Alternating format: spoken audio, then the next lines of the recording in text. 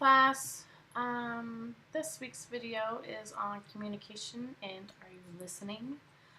Um, I found the whole chapter on communication fantastic, as in everything I'm reading in this book.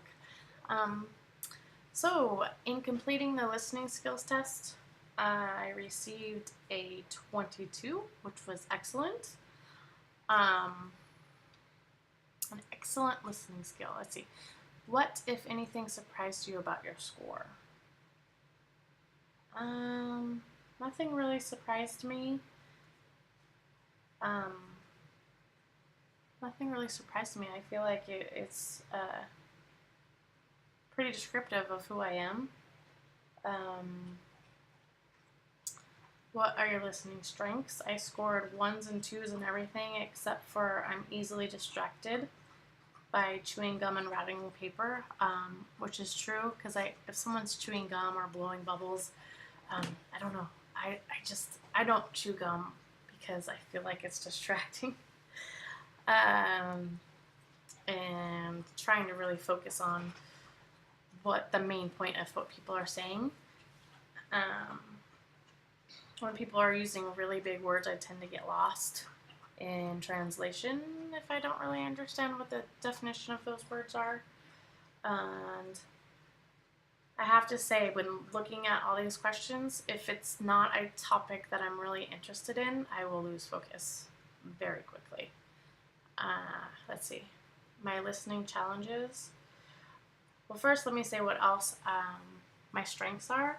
I am an active listener. I don't just nod my head. I don't just agree with people either. I try to lend support in every area I can.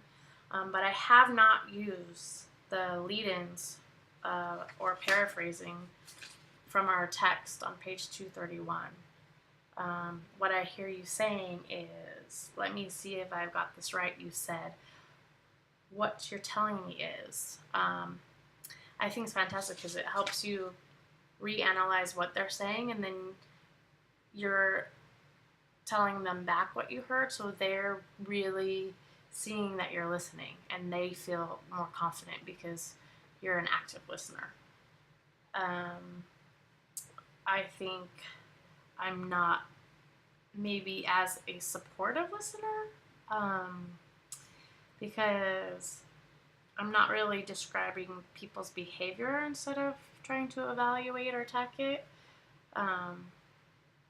Focus on immediate thoughts and feelings, or not calculating as open-ended questions.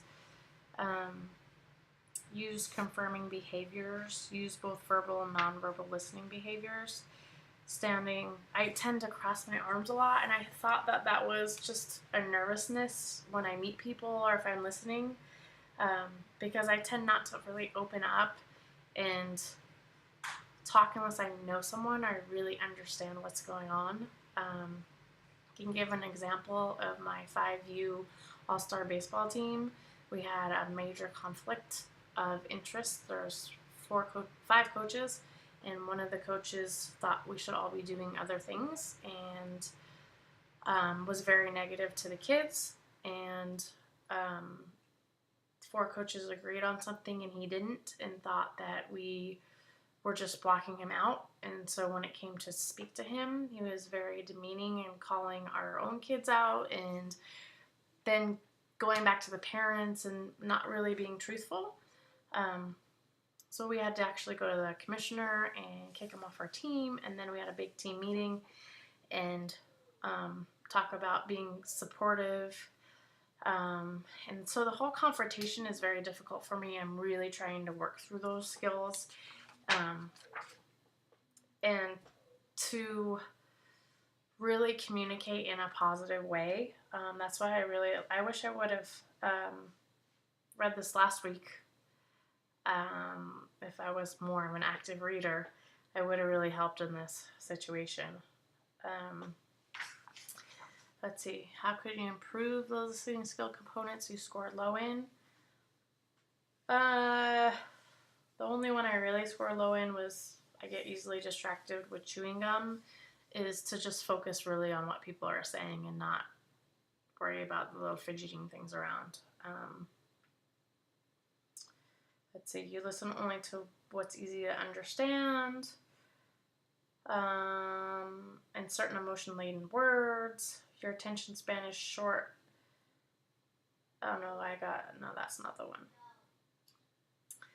No, I mean, all of them are 1s and 2s. So, if anything, I would really work on being more of a supportive listener and an aware listener.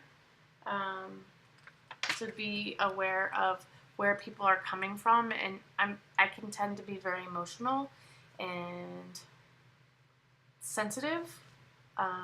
So not to take things to heart, and to really try to see where they're coming from as not an attack, but as a situation and how they're feeling. So those active listening skills, when you are repeating those lead-ins, would really help me. So you're saying is, let me see if I get this right. So you're not saying I, or you, because those tend to be very, or why, as interrogative. Why? I can see that being interrogative. I tend to do that. So those are the things that I really need to work on. As for the Bible verses, consider ones that will help you.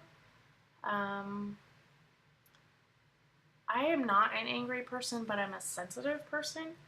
So the first one, if I take out the word anger and put sensitive, James 1:19, to always be more willing to listen than speak. I'm more of a listener than a speaker, but I really need to try not to take anything to heart and be more sensitive, not be so sensitive. Stop listening to instructions. You will keep making stupid. Well, I listen to instructions.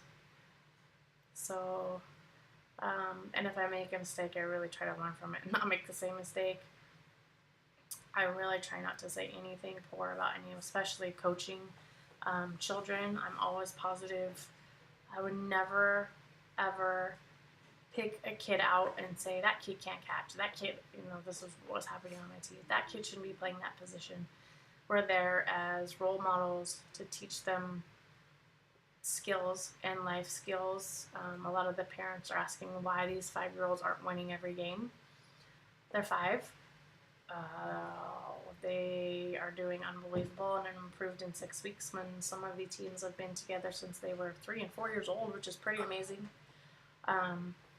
They're still growing cognitively, emotionally, and physically. I think also that instead of the team meeting that came so late, we probably should have brought these issues up earlier and sat down and talked about them until they exploded, because it did explode. I think that would have helped all the problems on our team. Let's see. I think those are. That's all I have with this. Is just to be more of a supportive listener.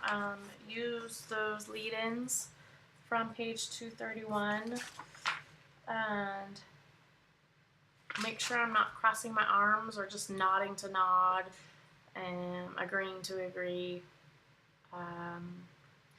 and try to diffuse a situation before it escalates and not be so afraid of confrontation. Okay, have a wonderful week. Thank you.